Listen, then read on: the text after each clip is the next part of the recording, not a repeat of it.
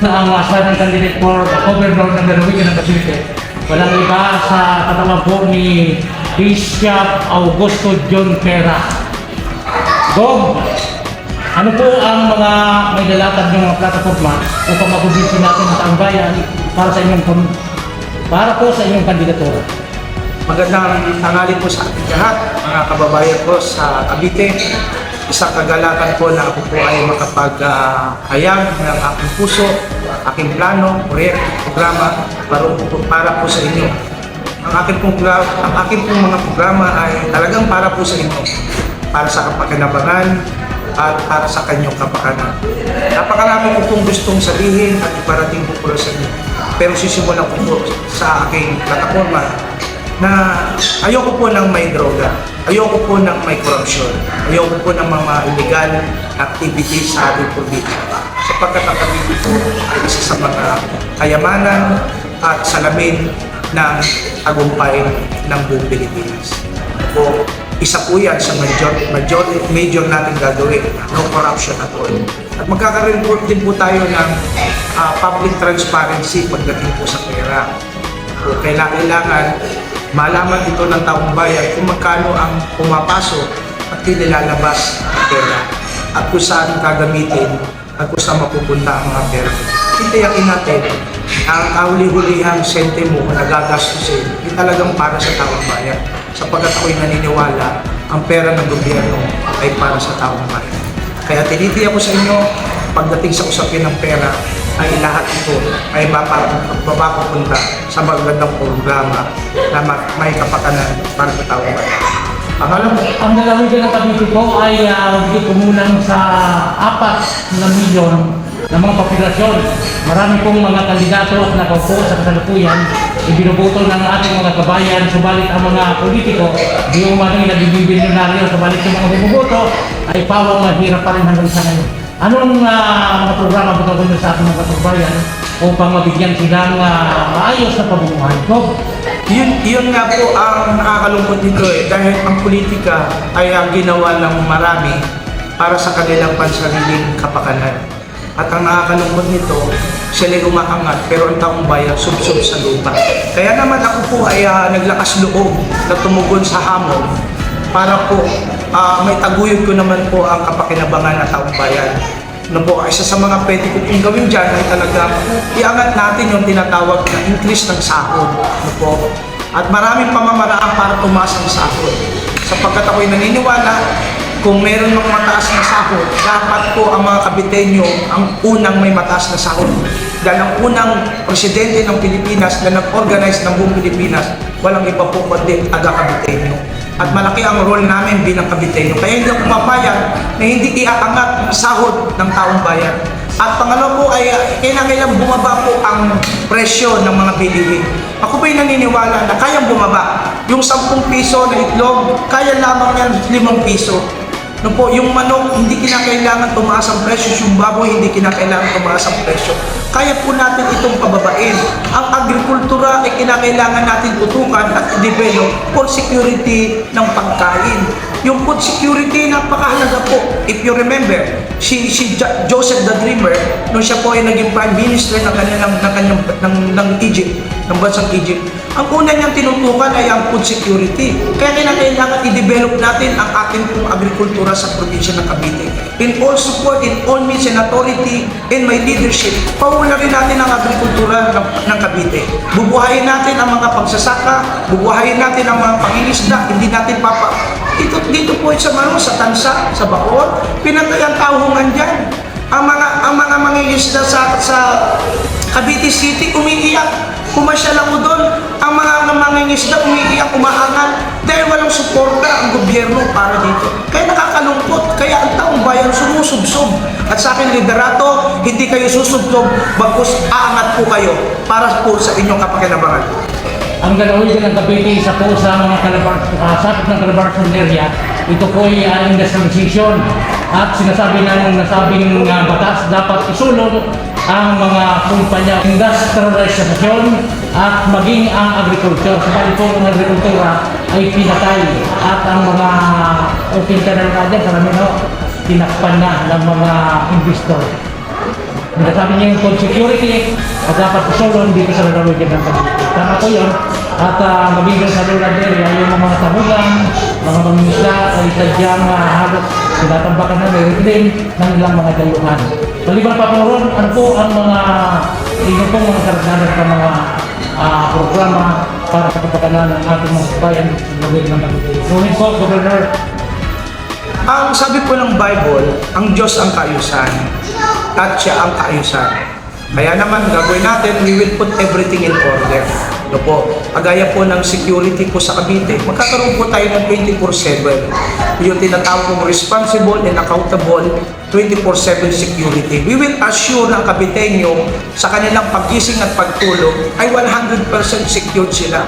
At wala po tayong kukonsintihin dito.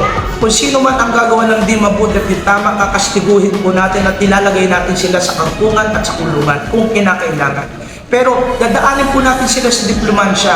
Sisiguraduhin natin gagawa tayo ng mga polisiya at tamang galaw at pamamaraan upang magkaroon po tayo ng maayos na security po. We will assure na hindi po magmamalabis ang mga pulis. Ang mga pulis, mahal natin yan.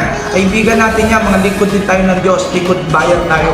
Pero lahat ng nag-aabuso ay hindi dapat tinotolerate sapagkat nga ang Diyos ay Diyos na kayusan. Kaya ayusin natin po ang ating pong security, ang ating pong mga kapulisan.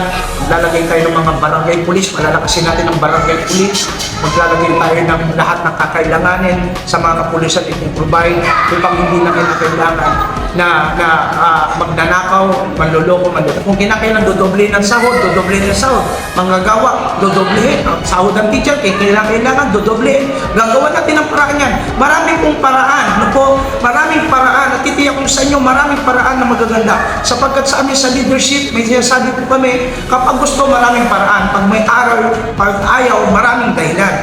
Kaya we will assure, hahanapan natin na magandang solusyon ang pangangailangan po ng ating pong taong bayan. Especially ng kapulisan, especially ng mga teacher, especially ng mga nalaman ko pa yung mga barangay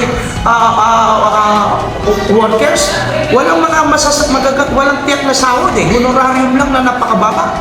Kinakailangan tutukan natin ang pag-increase ng sahod sa barangay level. Kaya nagkakaroon ng matinding korupsyon kasi gutom ang lahat, gutom. Ilan lang ang yumayaman, ilan lang ang umuunlad. Kaya kung lahat ay busog, kung lahat ay masagana, we will assure wala na pong gagawa ng kabaluktutan.